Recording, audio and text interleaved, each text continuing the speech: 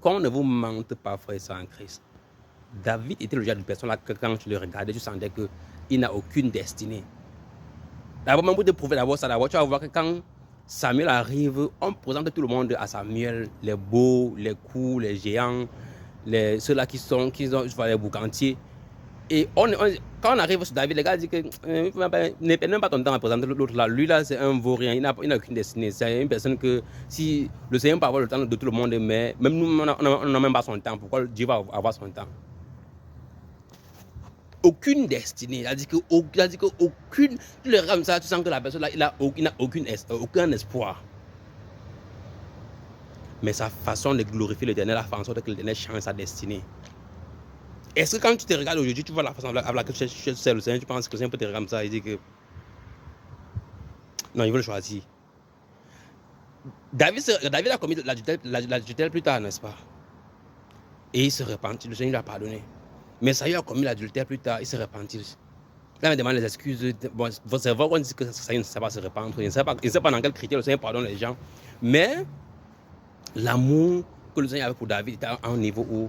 Et aussi l'amour avec lequel David avait pour le Seigneur. Parce que David n'était pas un homme de formalité. David était fonctionné avec relation. Voilà, merci Esprit Saint.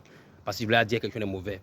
David fonctionnait avec relation. Mais Saül fonctionnait sans relation avec l'Éternel. C'est pour ça qu'il avait besoin de Saül. C'est pour ça qu'il avait besoin de Samuel, pardon. Samuel n'a pas de relation. Saül n'a pas de relation, il avait besoin de Samuel, mais David avait une relation. Ceux-là, c'est pour nous inviter, frères en Christ, ceux-là qui ont une relation avec le Père Céleste, que c'est l'argent que tu veux, tu vas avoir. C'est pour ça que quand David a commis l'adultère, le Seigneur lui a dit que, gars, tu vas seulement demander, si tu voulais même 100 000 femmes, il allait te donner 100 000 femmes. Tout ce que tu avais besoin, c'était de demander. À un niveau même, c'est même plus question de destinée, frères en Christ. On demande seulement et il donne. Tu demandes seulement et il donne parce que tu as trouvé confort en sa présence. Il t'a reconnu comme un ami. Il t'a reconnu comme comment dire, il a dit que tu as pu faire la différence. Tu peux recevoir n'importe quoi. Ce que je suis en train de faire comprendre dans cette vidéo, c'est que oublions même les choses de destinée, oublie les choses d'étoiles là. Cherche à trouver confort en présence de l'Éternel.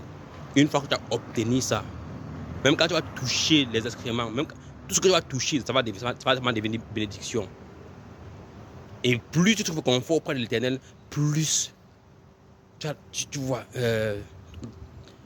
ta côte grandit, plus tu deviens célèbre. Parce que le Seigneur sait que si tu te donnes 1 milliard, mais 100 milliards, ta relation va s'intensifier avec lui.